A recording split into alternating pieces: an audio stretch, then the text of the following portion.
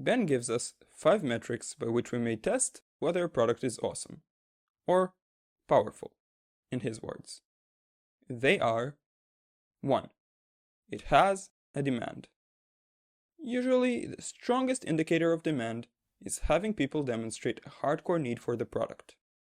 For example, when I was using this metric for deciding whether to try affiliate marketing in the Smart Passive Income community product, I determined it has a high demand, because I know it has above 4,000 paying members, because, as a member, I have access to the member directory.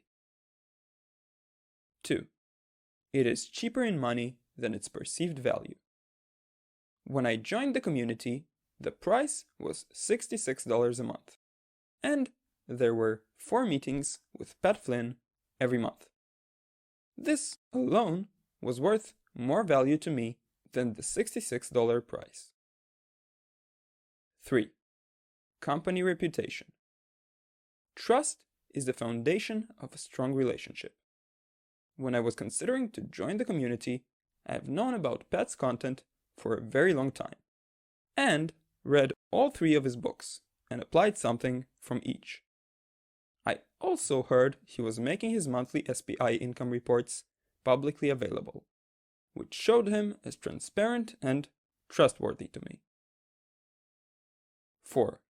Gross profit of the product. You also want it to pay the bills and maybe a bit more.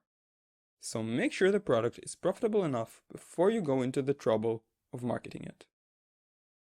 SPI Community's affiliate commission is 25% on all payments, which means that every referral for the lowest tier of Start will provide $37.5 quarterly, and $75 quarterly in the middle Accelerate tier.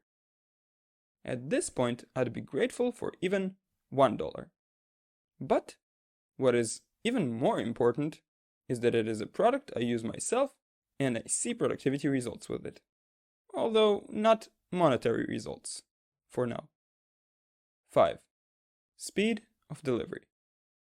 One of the principles in psychology is that the faster an activity gets a reward, the more likely it is to repeat itself, says Ben. So, the faster the customer gets a reward in the form of delivery, the more likely he will be to buy again. The delivery of the SPI community access is immediate, even though your eventual results depend on various factors. Exercise.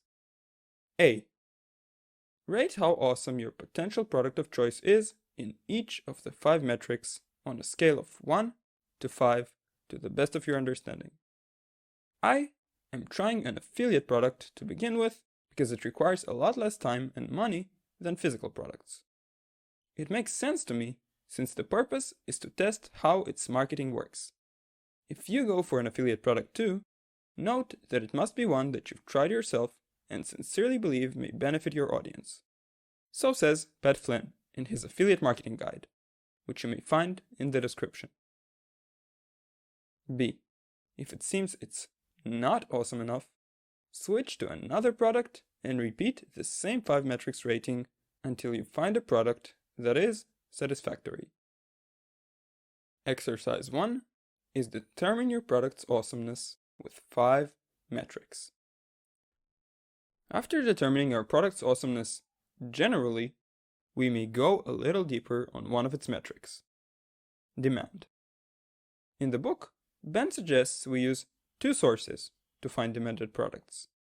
The first is newspapers, where we may see in the back issue if the ads of some product are repeated.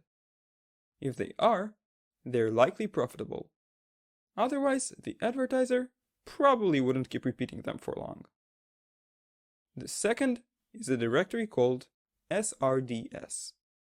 Ben describes it as 4 very big book volumes with lists of amount of purchased products by direct mail. You may then use the ones that sell as inspiration for your product. These 2 sources may help with getting product ideas, but since you already have one from exercise 1, I'd suggest using Google Keywords tool to see how many searches there are for your potential product. Exercise. A. Write 3 keywords your audience may use when looking for your potential product. Note: keywords may be longer than 1 word. Then, use Google's keyword tool, which is free, to see how many people searched for the keywords recently and sum up the amount of monthly searches of the 3 leading terms. This number should be pretty high, because only a slim percentage of the people who search will end up buying, statistically. Maybe about 0.01% of all the people who see your website on Google's search page. B. Take the number of searches you found and multiply it by 0.0001. This is your estimated sales amount. You may see an explanation of how I got to this number in the workbook. C. Multiply the estimated sales amount by the gross profit per sale. This is your estimated gross profit for the month. D.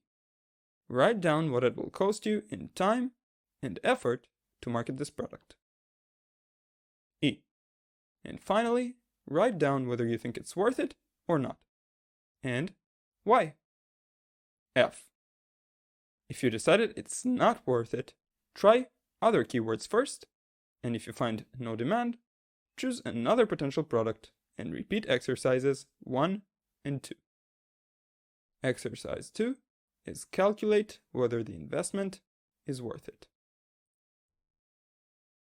Ben suggests choosing 12 product ideas with potentially high demand and testing them by the phone or the newspaper or direct mail. You do that by presenting the product names and descriptions and asking people to choose which they would prefer. To help motivate the survey takers, you explain that if the product they choose ends up being produced, you'll send them one. However, creating a product is a long and arduous process, and doing a survey is too. That's why I suggest you just get to work and make what Pat Flynn calls an epic blog post. Exercise. Write an epic blog post about a product you have used and that seems to be worthwhile according to the previous 2 exercises. The goal of the post is providing value in the form of your experiences. You don't need to sell. Nonetheless, after including a disclaimer, you should include an affiliate link in the end of the post so that if people find your post helpful, they may reward you by buying through it at no additional cost to them. Make sure the post has at the very least 2,000 words. The more, the better, so long as they're not blank words and have value. Once you're done, share the link to your post in the comments below, so that I may feel proud for helping you create it. Also, you may use the affiliate marketing extremely elaborated post on Smart Passive Income's website for more information on how to write the post, which is where I got the epic post idea. One more thing you may check out is my example post that I made when producing this exercise too. All the links are in the description. Note: once you publish the post, you'll need to start working on getting views for it, but that's for another day.